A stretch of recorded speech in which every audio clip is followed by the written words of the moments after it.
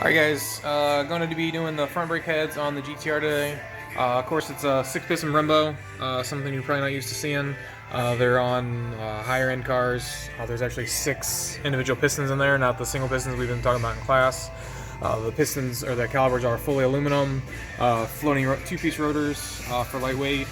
These are 380 millimeters, if I remember right. So I'm going to change the front brake pads. They have decent life left on them, but I'm changing them just because they're Project MU pads. They get a lot of dust. It's really bad to clean the wheels. So I'm going to change these pads out today. Hopefully these Posi Quiet centric pads are going to be a little less dusty. That's what I put in the back. It seems to help a little bit. We'll just have to, time will tell, I guess. So with these pads, they're held in by a couple different pins. The 2015 went to a little bit different style. People are complaining about noise and rattling and squeaking, so they had these anti-rattle shims put in there. None of the cars in our shop have this sort of setup, so it's just important to know that there's more than one way that brakes work, more than one way pads go in. This one's not something you're going to see every day, but just something that I can do, keep you guys busy at home.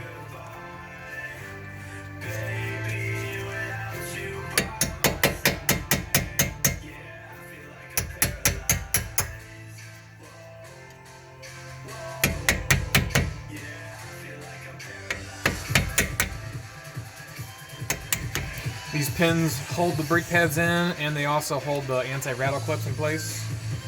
Sometimes they're easy to come out, sometimes they're not. These haven't been out in a while, so they're a little stuck in there. Bear with me. Haven't taken them out this year.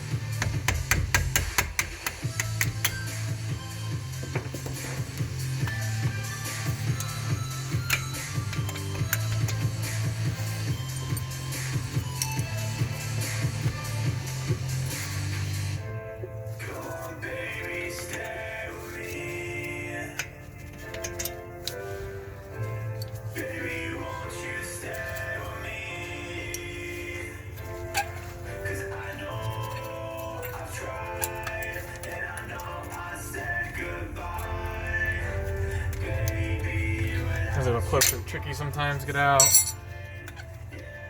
These hold the pads in there, of course, holding it down from popping out and keeping it from making noise. But they do have to come off so you can take the pads out.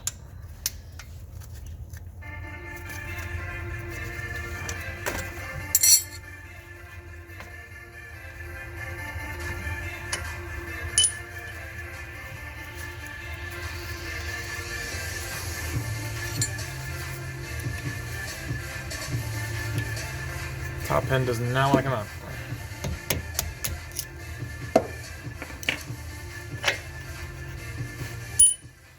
And the pads, after you get the pins out of them, they will just slide right out of the caliper. Sometimes.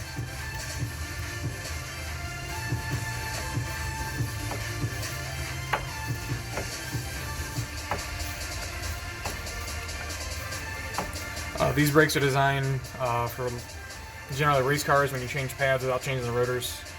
This car, the rotors are fairly expensive. I won't be doing those for a while, unless something obviously happens, but they are in good shape still. Pad. So like I said, there's quite a bit of life left on there. Just changing them for preventative, maybe a little less noise, a little less brake dust. I'd say there's about half.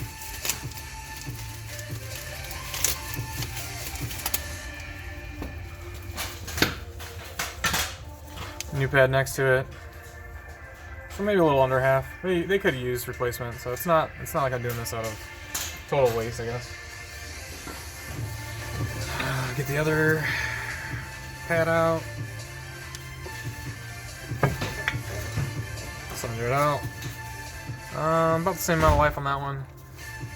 These ones don't look like they have squealer tabs on them. There's no squealer. I believe the new ones do. The squealer tab's always going to go on the inside.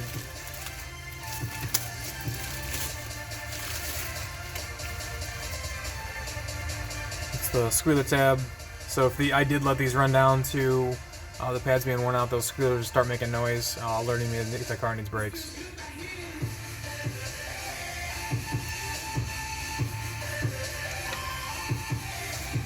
And then to compress all 6 pistons at once, you're going to need a special tool for that.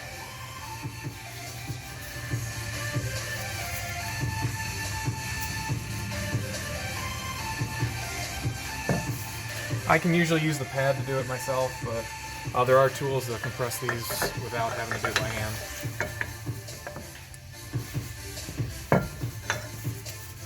And you're doing that just because there's more meat on the new pad, obviously, and you need more room for it.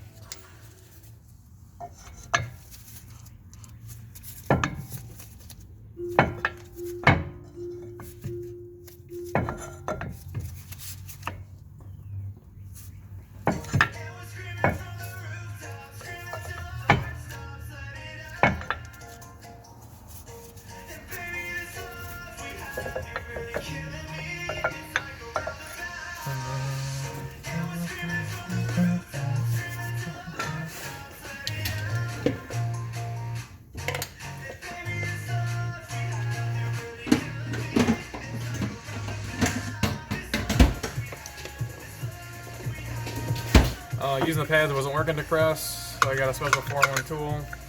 Squeeze the trigger, spreads them apart, pushes all pistons back where they go.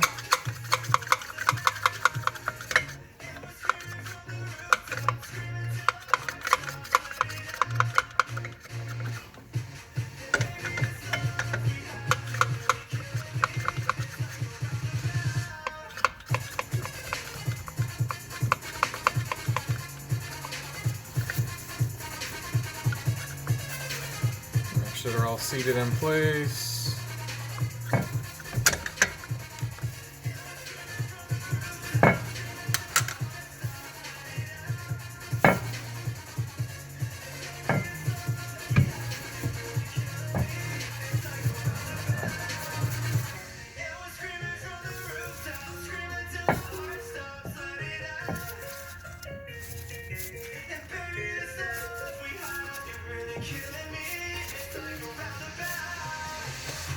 So pad without squealer, gonna make sure it clears everything, slides in easily.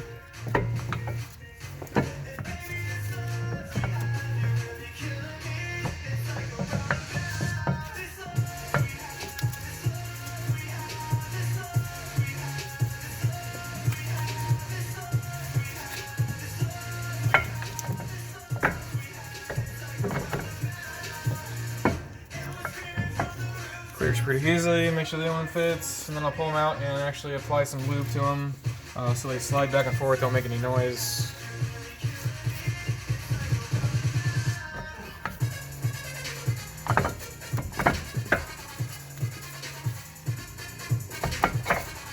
Both sides slide in easily.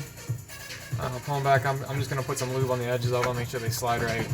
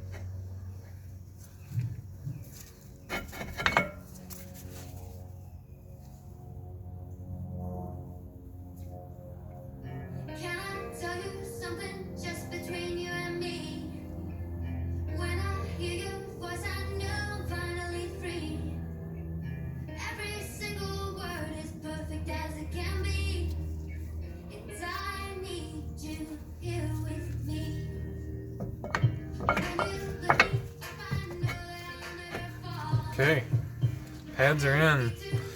Got our pins back up there so we can rat our anti-rattle clips on. You can lube these to get them go back in easier. I find it a little easier to put a little bit of the grease on there. They'll slide in, the rattle clips will grab a hold of it.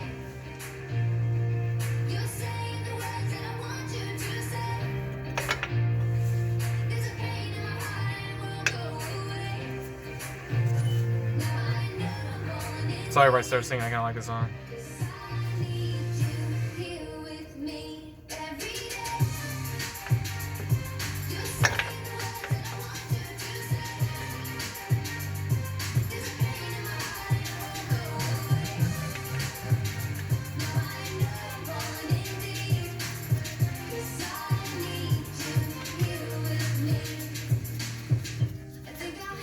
Leave those just finger tight for now.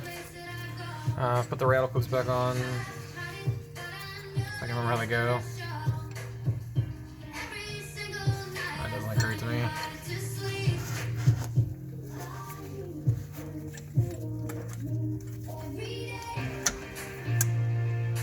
Tight rattle clip on. Get our pin, put a little grease on to get the walk in a little easier.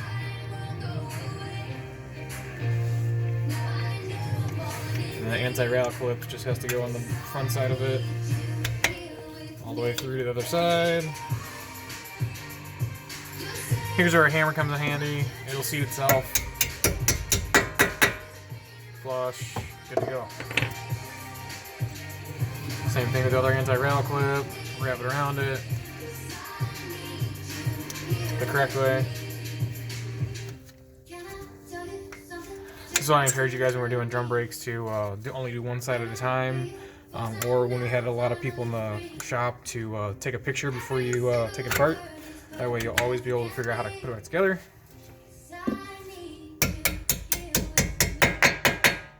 Flush, front brake pads changed. Easy enough. Alright, next one's going to be on brake lines. I bought some stainless steel brake lines that aren't going to flex when I push the brake pedal down. These rubber lines are soft.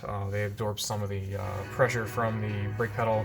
The stainless steel brake lines won't expand, won't let any pressure go away. So that'll be our next video. I'll talk to you guys then.